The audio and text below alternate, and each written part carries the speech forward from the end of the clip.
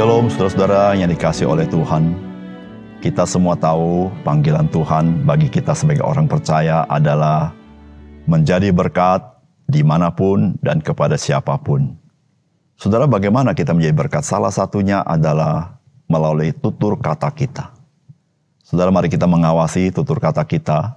Kita menguasainya karena Alkitab berkata barang siapa bisa menguasai lidahnya, dia bisa menguasai seluruh kehidupannya. Salam jumpa dalam program Tuhan adalah Gembalaku. Saudara, ada lagu yang mengatakan bahwa memang lidah tak bertulang, tak berbekas kata-kata. Ya tentu saudara ya, setelah kata-kata terucap maka sudah tidak ada bekasnya di lidah kita yang mengucapkannya. Namun apakah benar tidak ada bekasnya? Meski seseorang tidak mengakui ia telah mengatakannya ketika orang lain menuduhnya, jangan lupa saudara, bekas-bekas itu masih ada di mana? Di dalam ingatan Tuhan. Saudara, Alkitab mengatakan bahwa kita dihakimi Tuhan juga karena perkataan kita. Bicara itu mudah, tetapi kita jangan lupa kita harus mempertanggungjawabkan apa yang kita katakan di hadapan Tuhan satu kali kelak. Oleh karena itu, saudara, sebelum kita berbicara, marilah kita mawas diri. Sehingga setiap tutur kata kita sebagai orang percaya boleh menjadi berkat bagi orang lain. Mari kita membaca 2 Samuel pasal 21. Dalam zaman Daud terjadilah kelaparan selama 3 tahun berturut-turut. Lalu Daud pergi menanyakan petunjuk Tuhan. Berfirmanlah Tuhan, pada Saul dan keluarganya melekat hutang darah karena ia telah membunuh orang-orang Gibeon. Lalu raja memanggil orang-orang Gibeon dan berkata kepada mereka, orang-orang Gibeon itu tidak termasuk orang Israel, tetapi termasuk sisa-sisa orang Amori, dan walaupun orang Israel telah bersumpah kepada mereka, Saul berikhtiar membasmi mereka dalam kegiatannya untuk kepentingan orang Israel dan Yehuda. Daud berkata kepada orang-orang Gibeon itu, apakah yang dapat ku perbuat bagimu, dan dengan apakah dapat ku adakan penebusan supaya kamu memberkati milik pusaka Tuhan? Lalu berkatalah orang-orang Gibeon itu kepadanya, bukanlah perkara emas dan perak urusan kami dengan Saul serta keluarganya. Juga bukanlah urusan kami untuk membunuh seorang di antara orang Israel. Tetapi kata Daud, apakah yang kamu kehendaki akan kuperbuat bagimu? Sesudah itu berkatalah mereka kepada raja, dari orang yang hendak membinasakan kami dan yang bermaksud memunahkan kami, sehingga kami tidak mendapat tempat dimanapun di Israel. Biarlah diserahkan 7 orang anaknya laki-laki kepada kami, supaya kami menggantung mereka di hadapan Tuhan di Gibeon, di bukit Tuhan. Lalu berkatalah raja, aku akan menyerahkan mereka. Tetapi raja merasa sayang kepada Mephiboset bin Yonatan bin Saul, karena sumpah demi Tuhan ada di antara mereka, di antara Daud dan Yonatan bin Saul. Lalu raja mengambil kedua anak laki-laki Rispa binti Aya yang dilahirkannya bagi Saul, yakni Armoni dan Mephiboset. Dan kelima anak laki-laki Merab binti Saul yang dilahirkannya bagi Adriel bin Barzilai orang Mehola itu. Sesudah kemudian diserahkannya mereka ke dalam tangan orang-orang Gibeon itu. Orang-orang ini menggantung mereka di atas bukit di hadapan Tuhan. Ketujuh orang itu tewas bersama-sama. Mereka telah dihukum mati pada awal musim menuai, pada permulaan musim menuai jelai. Lalu Rispa binti Aya mengambil kain karung dan membentangkannya bagi dirinya di atas gunung batu dari permulaan musim menuai sampai tercurah air dari langit ke atas mayat mereka. Ia tidak membiarkan burung-burung di udara mendatangi mayat mereka pada siang hari ataupun binatang-binatang di hutan pada malam hari. Ketika diberitahukan kepada Daud apa yang diperbuat Rispa binti Aya, gundik Saul itu, maka pergilah Daud mengambil tulang-tulang Saul dan tulang-tulang daripada Yonatan anaknya dari warga kota Yabes Gilead yang telah mencuri tulang-tulang itu dari tanah lapang di Betsan, tempat orang Filistin menggantung mereka ketika orang Filistin memukul Saul kalah di Gilboa. Ia membawa dari sana tulang-tulang Saul dan tulang-tulang Yonatan, anaknya. Dikumpulkannya juga tulang-tulang orang-orang yang digantung tadi, lalu dikuburkan bersama-sama tulang-tulang Saul dan Yonatan, anaknya di tanah Benyamin, di Zela, di dalam kubur Kis ayahnya. Orang melakukan segala sesuatu diperintahkan raja, maka sudah itu Allah mengabulkan doa untuk negeri itu.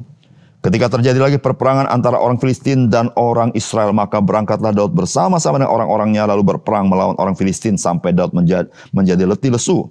Yisbi bin Nob yang termasuk keturunan raksasa, berat tombaknya 300 shikal tembaga, dan ia menyandang pedang-pedang baru, menyangka dapat menewaskan Daud. Tetapi Abisai, anak Zeruya, datang menolong Daud, lalu merobohkan dan membunuh orang Filistin itu. Pada waktu itu orang-orang Daud memohon dengan sangat kepadanya, kata mereka, "Janganlah lagi engkau maju berperang bersama-sama dengan kami, supaya keturunan Israel jangan punah bersama-sama engkau." Sesudah itu terjadi lagi pertempuran melawan orang Filistin di Gob. Pada waktu itu Sibkai, orang Husa, memukul kalah Saf, yang termasuk keturunan raksasa. Dan terjadi lagi pertempuran melawan orang Filistin di Gob. Elhanan bin Yaare, Oregim, orang Bethlehem itu menewaskan Goliat orang Gad itu, yang gagang tombaknya seperti pesa tukang tenun. Lalu terjadi lagi pertempuran di Gad, dan di sana ada seorang yang tinggi perawakannya, yang tangannya dan kakinya masing-masing berjari 6, 24 seluruhnya. Juga orang ini termasuk keturunan raksasa. Ia mengolok-olok Israel, tetapi Yonatan anak Simea, kakak Daud, menewaskannya. Keempat orang ini termasuk keturunan raksasa di Gad. Mereka tewas oleh tangan Daud dan oleh tangan orang-orangnya. Saudara yang terkasih di dalam Tuhan, kelaparan terjadi selama 3 tahun di masa kepemimpinan Raja Daud. Saudara, ternyata masalah ini terjadi akibat Raja Saul bertindak semena-mena kepada orang-orang Gibeon. Itulah yang Tuhan beritahukan kepada Raja Daud ketika Daud bertanya kepada Tuhan. Saudara, orang-orang Gibeon, mereka bukan orang Israel. Tapi saudara, dalam satu ketika pada zaman Yosua pernah berjanji bahwa ia tidak akan membasmi orang-orang Gibeon. Orang-orang Gibeon akan dilindungi, meskipun pada saat itu Yosua terburu-buru memberikan janji tanpa dia tahu kebenarannya. Namun saudara, dari peristiwa itu kita tahu bagaimanapun kekeliruan Yosua sudah terucap kata janji dan dia harus menepati janjinya. Tetapi saudara, Raja Saul, dia tidak peduli dengan sumpah yang diucapkan Yosua kepada Gibeon. Sehingga saudara, Raja Saul membunuh orang-orang Gibeon. Saudara yang kasih dalam Tuhan, dari peristiwa ini saudara, kita belajar satu hal. Bahwa umat Tuhan harus belajar setia di dalam segala perkara. Karena Tuhan mendidik kita untuk hal itu. Saudara, apakah pesan firman Tuhan? Yang pertama, saudara, janganlah bertindak tidak setia di dalam kehidupanmu. Karena Tuhan tidak berkenan. Saudara, firman Tuhan berkata, dalam zaman Daud terjadi kelaparan selama 3 tahun berturut-turut. Lalu Daud pergi menanyakan petunjuk Tuhan. Berfirmanlah Tuhan, pada Saul dan keluarganya melekat hutang darah, karena ia telah membunuh orang-orang Gibeon. Saudara, orang-orang Gibeon seperti saya katakan bukanlah orang Israel. Tetapi saudara, Yosua pernah bersumpah untuk tidak membasmi mereka. Saudara, Tuhan memegang apa yang dijanjikan oleh Yosua kepada Gibeon. Meskipun Gibeon bukan orang Israel.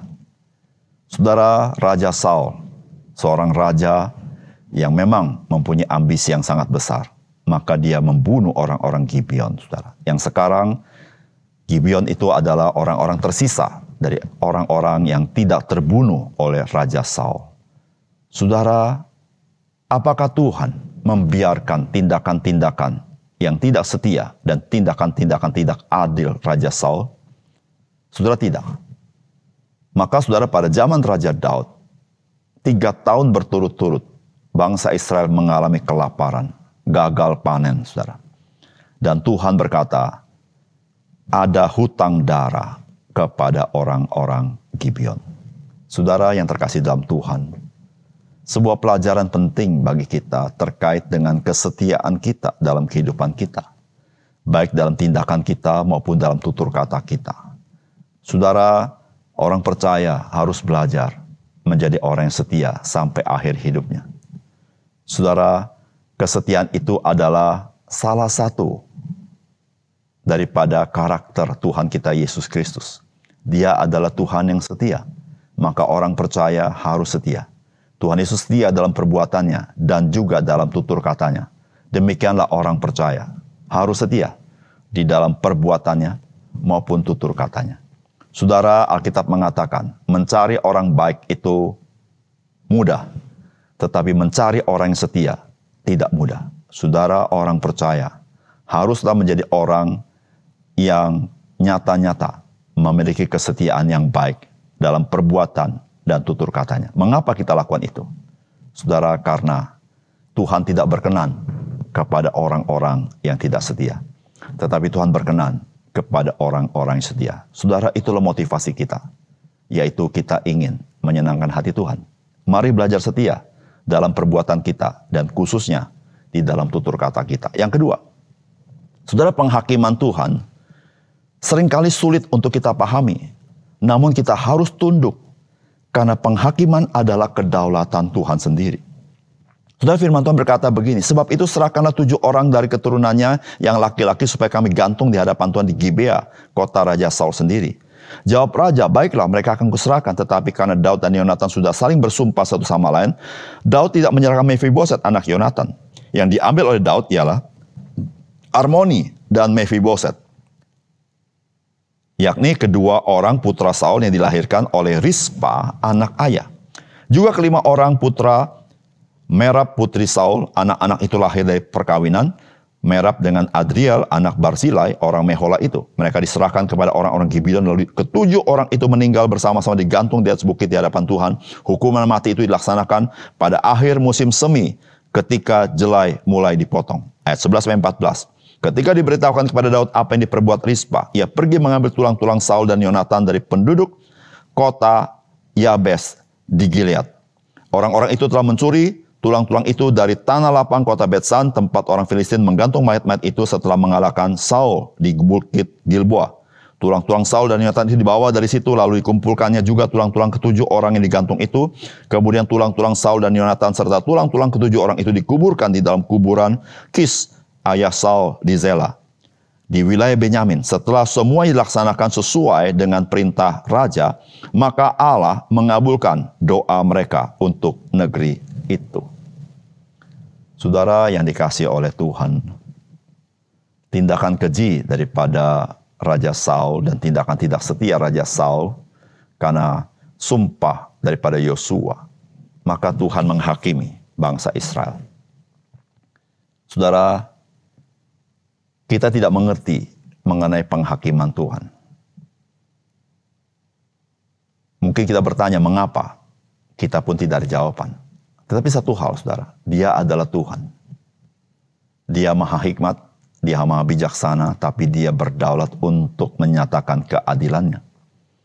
Maka saudara-saudara, ketujuh anak daripada gundik Raja Saul yang bernama Rispa diserahkan Daud kepada orang-orang Gibeon, dan mereka semua tewas, dibunuh oleh orang-orang Gibeon.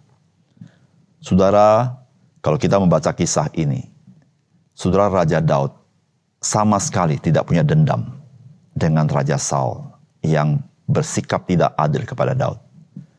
Saudara, Raja Daud menyerahkan ketujuh anak ini bukan karena dia dendam kepada Raja Saul. Bagaimana kita tahu? Saudara, ketika Raja Daud mendengar Rispa, ibu dari anak yang diserahkan ke Gibeon dan tewas, bagaimana dia begitu berduka cita, maka Raja Daud mengambil tulang-tulang Saul dan Yonatan, lalu mengambil ketujuh tulang-tulang daripada orang-orang yang tewas ini, lalu dikuburkan di pemakaman ayahnya Saul, yaitu Kis. Saudara, apa yang Raja Daud kerjakan adalah satu penghormatan daripada Raja Daud kepada Raja Saul dan keturunannya, yaitu menghibur hati daripada Rispa yang berduka cita. Raja Daud menghormati 7 orang yang tewas demi bangsa Israel. Saudara yang dikasihi Tuhan, kita tidak paham bagaimana Tuhan menghakimi, tetapi satu hal yang kita belajar, saudara, bangsa Israel harus belajar bahwa mereka harus setia kepada janji mereka. Mereka harus setia kepada tutur kata mereka. Oleh karena itu, saudara-saudara, bagaimana orang Gibeon menggantung 7 orang ini? Saudara, ada maksud Tuhan. supaya bangsa Israel menjadi setia kepada Tuhan.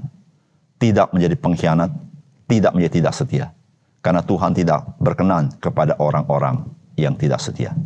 Saudara yang kasih dalam Tuhan, demikian juga kita sebagai orang percaya. Saudara, apa yang kita perbuat, mungkin kita berpikir tidak ada bekasnya. Apa yang kita katakan, mungkin kita pikir tidak ada bekasnya. Tetapi saudara jangan lupa, ada Tuhan yang selalu mengingat apa yang kita lakukan. Saudara, kita bukan takut karena takut Tuhan menghukum kita, bukan. Tetapi saudara, kita menjadi orang-orang yang tahu bagaimana belajar membalas kasih Tuhan kepada kita. Saudara, tujuan hidup kita adalah untuk menyenangkan hati Dia. Saudara, salah satu yang sangat penting yang menyenangkan hati Dia adalah ketika engkau dan saya adalah orang-orang yang kedapatan setia di dalam perbuatanmu dan di dalam tutur katamu. Saudara, penghakiman Tuhan kita tidak pahami, tetapi kita tahu Tuhan menghakimi dengan keadilan dan kebenaran. Mari kita berdoa. Bapa di surga, terima kasih untuk firman-Mu. Biarlah Engkau memetraikan firman dalam hati kami. Tuhan mengajar kami untuk kami menguasai diri dalam tutur kata kami, dalam perbuatan kami. Karena mungkin orang tidak tahu, tetapi Tuhan Engkau ingat apa yang kami lakukan, apa yang kami katakan. Dan kami belajar untuk membalas kasih Tuhan dalam hidup kami. Tuhan, terima kasih untuk firman Tuhan. Dalam nama Tuhan Yesus kami berdoa. Amin.